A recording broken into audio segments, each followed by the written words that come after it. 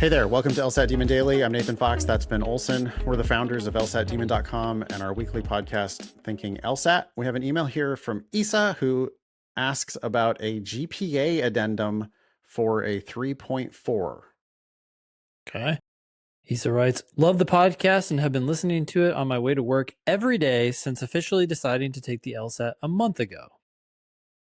I'm aiming to take my first official test in the spring to apply for the 2027 cycle. Love that. We complain too much about people's plans, especially me. Love this plan.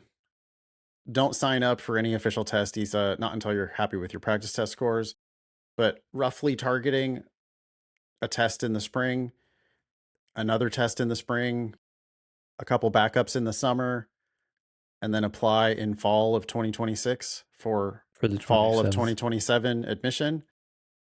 That's how you do it. Perfect. So great. You're taking our advice. Fantastic. Okay. I took a fresh diagnostic to kick off my studying about 2 weeks ago and got a 166. Jesus. Wow. We just talked about somebody on the Thinking LSAT podcast who got a 164 cold diagnostic. We thought that was high. Yeah. Anyways, I had about 5 minutes left in each section. With studying and correct pacing, I am confident that I will be able to break into the 170s, hopefully mid to high 170s. You don't need to work on pacing. Yeah, I mean, ISA means slowing down. Yeah. Well, I hope that's what ISA means. Yeah. Yeah. However, my undergraduate GPA is a 3.4, and I don't have any strong academic letters of recommendation. I've been out of undergrad for 3 years now, and it will be 5 by the time I start law school. Since college, I've joined the military and will have very strong recommendations from my bosses. Most of my time in college was during COVID, and I did not develop strong relationships with many professors.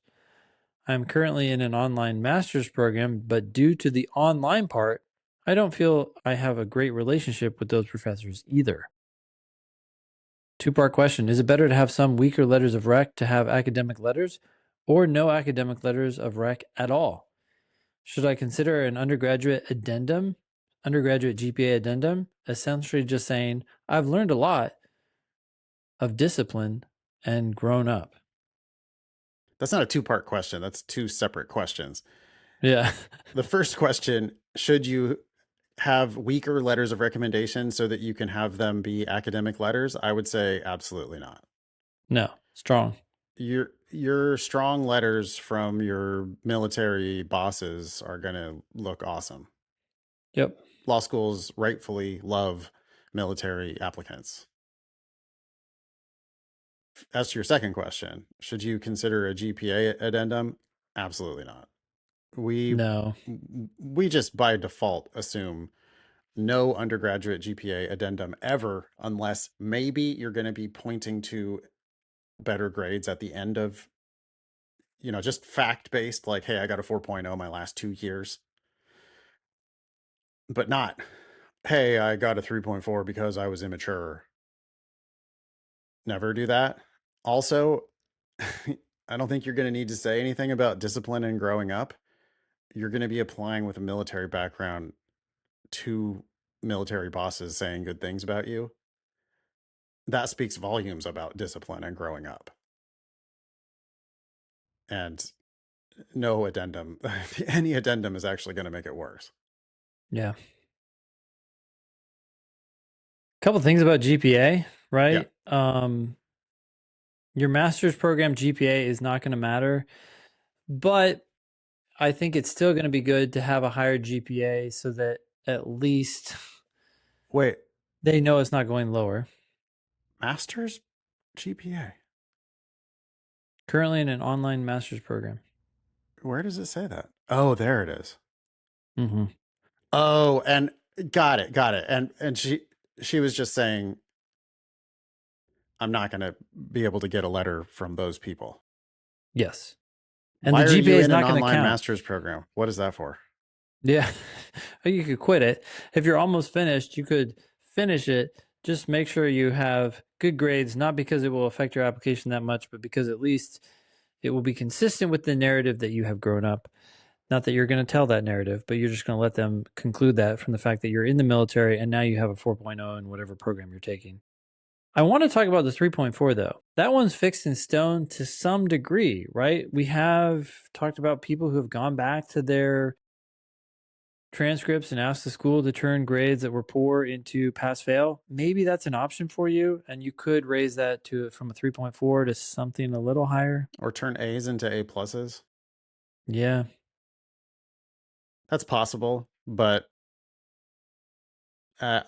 just seems like you're probably going to be a high LSAT, low GPA splitter, and there's plenty of those, and plenty of those people get scholarships. And I wouldn't worry about the letters of recommendation. Cross that bridge when you come to it, which isn't until next fall, or I guess next summer. You could have those letters written, and work on your LSAT. That's your the top thing priority. that's going to really move the needle. Yeah. This online master's program, unless it's going to give you a raise in your current job or something, I don't know how this possibly matters. But so if you're going to drop anything in order to spend more time on the LSAT, that would be the thing to consider dropping. What do you think about, my only concern was if it's almost done and you have a transcript from it, you're going to have to report that transcript. Yeah, true. And you don't want to look like a quitter, right? True. Like, oh, are you going to come to law school and quit? Yeah. If you just started it, though. If you just started it, yeah, and hopefully, and if you don't have a transcript or you won't have one, then great. Anything more for Issa? No. Thanks for writing in.